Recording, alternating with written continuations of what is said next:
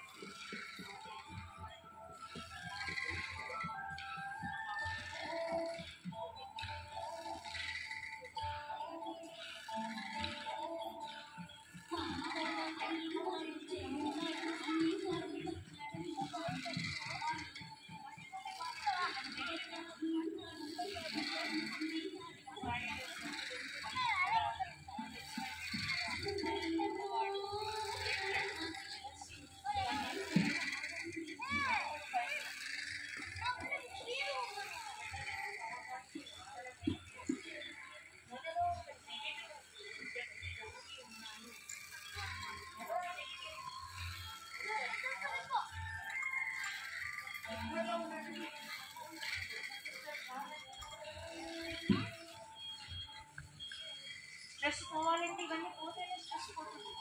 దైనందిన జీవితంలో ఇప్పుడు వినేటప్పుడు ఇలానే అనిపిస్తుంది, కానీ ప్రాక్టికల్ లైఫ్లో కనుక చూస్తే ఇవన్నీ లేనప్పుడే. జాన్ అంటే J for jealousy, H for hatred, A for anger, L for leg pulling. ముందుకెళ్ళే వాళ్ళని వెళ్ళనీయకుండా వెనక్కి లాగే ప్రయత్నం చేస్తారు. Leg pulling. జెలసీ, ఈర్ష్య పడతారు. అవసరమా ఈర్ష్య పడటం అవసరమా? ఈరోజు సగం సమస్యలకు కారణం ఈర్ష్య. స్ట్రెస్ పోవాలంటే ఈర్ష్యను పోగొట్టుకోవాలి.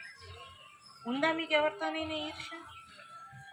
ఉంటే మాత్రం అది పెంచకండి, దాన్ని ఈ రోజుతో కట్ చేయండి. ఈర్ష్య ఎందుకు కలుగుతుంది? వాళ్ళు నాకంటే ముందుకు వెళ్తుంది. చూడండి, ఒక మంచి ఆలోచన దృక్పథాన్ని అలవర్చుకోవాలి. ఏంటి అంటే, వాళ్ళు ముందుకెళ్ళాలి, నేను ముందుకెళ్ళాలి. మనకి చాలు. Be contented with what you have. మీకున్న దాంతో మీరు సంతృప్తిగా జీవించండి. కానీ ఎప్పుడైతే ఆ సంతృప్తి లేదో వచ్చేది ఏంటి అంటే జెలసీ. యాక్చువల్గా ఏ వ్యక్తి అయితే మీతో ఈర్ష్య పడుతూ ఉంటాడో చూసారా, వాళ్ళకి మీరంటే శత్రుత్వ భావం. వాళ్ళు యాక్చువల్గా మీకు ఫేవరెట్ ఫ్యాన్స్ అనమాట. కానీ దాన్ని ఎక్స్ప్రెస్ చేసుకోలేరు. పోటీ పడుతూ ఉంటారు, ఈర్ష్య పడుతూ ఉంటారు. అంతకంటే ఇంకేం. ఇన్పుట్ ఒకటి ఉంటుంది, అవుట్పుట్ ఒకటి కనపడుతుంది అనమాట. బ్యాక్ ఎండ్ ఒకటి, ఫ్రంట్ ఎండ్ ఒకటి ఉంటుంది. ఫ్రంట్ ఎండ్ ఏమో జెలసీ కనపడుతుంది, బ్యాక్ ఎండ్ ఏముంటుంది వాళ్ళు మనకి ఫేవరెట్ ఫ్యాన్. ఇది అర్థం చేసుకోవాలి. అర్థం చేసుకున్నప్పుడు వాళ్ళు ఈర్ష్య పడుతున్నారని మనం ఇంకేదో భావనలోకి వచ్చేస్తే సమస్యలే వస్తాయి. నెక్స్ట్